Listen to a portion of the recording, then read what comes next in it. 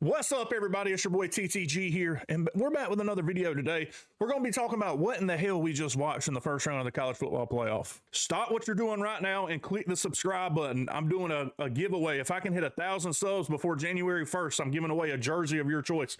You can have this great jersey if it's still for sale. I don't know. But a jersey of your choice to one of my subscribers. Please click the subscribe button. Appreciate you guys. So we'll start. I guess we'll go ahead and start it. We'll start with game one. And game one, even though it was only a 10-point game, well, that score was not indicative of how much Notre Dame dominated the game. Until the end, where Indiana scored two, pretty much irrelevant touchdowns. Notre Dame dominated, especially in the trenches. They pushed Indiana around and bullied them. Riley Leonard looked okay. I mean, if he can run a little bit, we know Georgia struggles with running quarterbacks for the most part. If he can run a little bit, they might pose a problem for Georgia as well. But the game was not, I don't know. It ended up being kind of fun at the end, but there was like 5 minutes left when Indiana started scoring. So the game was pretty much handled by Notre Dame. And just like the other games we're going to talk about, was not very competitive. So, and at the end, we'll discuss what we think the next course of action should be for the playoff committee. There's got to be something changed because this was just not fun, in my opinion. All right. So we'll move on and we'll talk about the next game, which was SMU and Penn State. Probably the second worst game out of all of them. Penn State just dominated. They were too much. The Jennings kid, he threw too many. They turned the ball over too much. They weren't explosive on offense.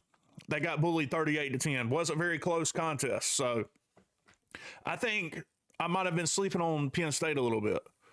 Penn State's a very good football team on both sides of the ball. Their defense is stingy. Drew Aller starting to progress a little bit. I may have to eat some of my words on Drew Aller. He looked pretty good. What can I say? He looked pretty good. They've got a good run game. They've got Tyler Warren, who's a dynamic. I won't say he's not like a game breaker. He's not going to bust an 80-yard run for a touchdown, but he can make plays catching the ball. He can throw it a little bit, and he can block. He can run. Just all-around dynamic playmaker. So Penn State's a team I'm going to have to strongly consider in the coming picks of my bracket. I think they're a very good team. I think if they have their best game and somebody doesn't, they can beat anybody. Moving on, we'll talk a little bit about Texas and Clemson. This is probably the best game of the weekend. Even though the score was closer in the Indiana-Notre Dame game, this one 38-24, two-touchdown game. Clemson was kind of never really completely out of the game. I think Indiana was out of the game for most of it in the first game.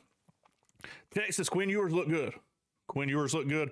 But the run game, they dominated Clemson in the run game. I did not see that coming. Clemson's defense is usually pretty stout. They're pretty good against the run and pretty good against the pass. They had a bunch of pass interference calls and a bunch of penalties that I think hindered their game. But I will say this, Cade Klubnik played lights out. I think the kid played fantastic. His stock went up a lot for me. Last year he didn't look great to me, and at the beginning of this year I was like, he's just another kid, another quarterback.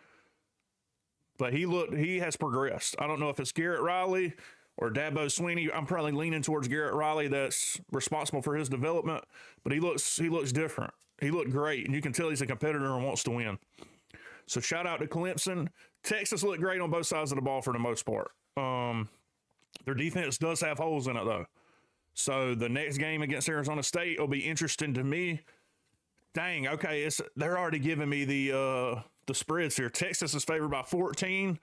Ohio State is favored over Oregon by 2.5 right now, despite losing at Oregon, I think, by 1 point earlier in the year. Okay, that's interesting. Penn State by 10.5, and Georgia is now favored by 1.5. I know when the lines first came out last night, I seen that Notre Dame was favored. Regardless, so we talked about all the first round games and how they were not fun to watch. Oh, we didn't talk about Tennessee, Ohio State. Let's talk about that one. Biggest blowout of the weekend, and I did not expect this. And if you did, hats off to you, because I know a lot of people were just as surprised as me. The 8 seed against the 9 seed, 42-17 final, and it wasn't even that close. Ohio State dominated. Now, I will say the lone bright spot for Tennessee, Nico played great. He showed that dynamic ability to run the ball, and that's where one of the few places Tennessee had success. The Silver Bullet defense, Ohio State played well, outside of letting Nico run a little bit, they played well. They contained Tennessee's playmakers. I know Dylan Sampson was banged up, tough for Tennessee. I don't think he makes that big of a difference, though. Ohio State, hats off to you. And I said this when I was breaking down this game, that Ohio State is one of the most talented groups in the country. If they ever figure it out and click, they're going to be tough to beat. They clicked on Saturday night. The Horseshoe was great atmosphere. There was a bunch of Tennessee fans there. Now, Kirk Herbstreit said there was 40,000 there. I don't think so. Judging by what I could see, it was probably, I don't know, I'd probably say 3 Ohio State fans to every 1 Tennessee fan. That's what I saw. Now, you can only see what the TV shows you, so I may have been wrong. Kirk was there, so maybe he's right. But Tennessee, regardless of how many fans showed up, their team did not. And it started early and it started often. Now, Will Howard looked pretty good. He delivered some catchable balls, and they finally stretched the field. This is what they didn't do against Michigan. If they do this against Michigan, they blow Michigan out. Not sure why they didn't, but they tried to run into the teeth of the defense all day long against Michigan. They had a good balance. Travion Henderson looked explosive last night, man. And I haven't watched a lot of Ohio State this year, the whole game. And he may have looked like this much of his career. I don't remember him being that explosive. I remember him being like a one-move downhill kind of guy, and Judkins was the guy that was explosive. But Henderson looked good last night. The offensive line looked good last night, which is what I was worried about in this game. They looked good. The pass pro was good. The run game was good. Complete dominance by Ohio State. Now they get to run the ones back with Oregon, the number 1 team in the country. I can't wait for this game, man. I'm going to be breaking down each one of these games individually. Each game will have its own video.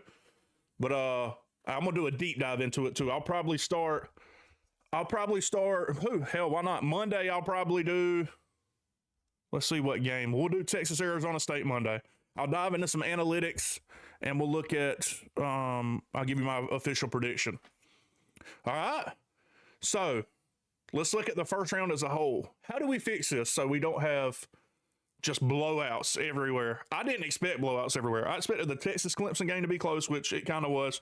And I expected the Ohio State Tennessee game to be close. I really expected all of them to be relatively close. So I was quite taken back by the dominance from all the teams, man.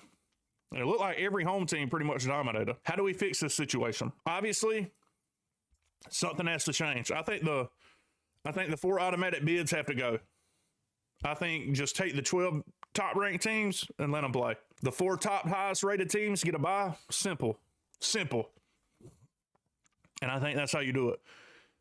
Because I think there are some teams in here that probably, that means Arizona State went, or would they be in? I can't remember what they're actually ranked. I don't know.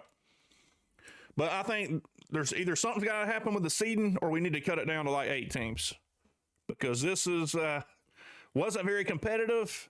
And I mean, it was fun to watch still. I was still excited about all the games. But I'm fine with the 12-team playoff, honestly. But a lot of people seem to be upset with the margin of victories. I think there's going to be maybe a blowout or 2 in the next round, too. I think there'll probably be possibly 2 blowouts. I'll have to look into the analytics and I'll make my picks. But could be 2 blowouts again in the next round. So maybe 8 teams is too much, too. I don't know. We'll see, I guess. But, yeah, I mean, this is kind of going to be a shorter video. I'm just diving into what happened, trying to analyze what happened. I would react to the games, but I tried to react to the Indiana and Notre Dame game, and that they wouldn't let me post it for copyright. So I just assumed the rest of the playoff games are going to be the same. So I just watched them as they happened and figured I'd give a little lump reaction to all the first round games. And then we're going to do, like I said, next week, a breakdown of every second round game before the games happen, obviously. I'll take my time and do my due diligence. I'll try to have the first one posted tomorrow. We'll do, like I said, Texas, Arizona State tomorrow. All right. Without further ado, that's it. That's the end of the video. I appreciate you guys tuning in. As always, make sure to like, comment, subscribe. And yeah, everybody have a great day.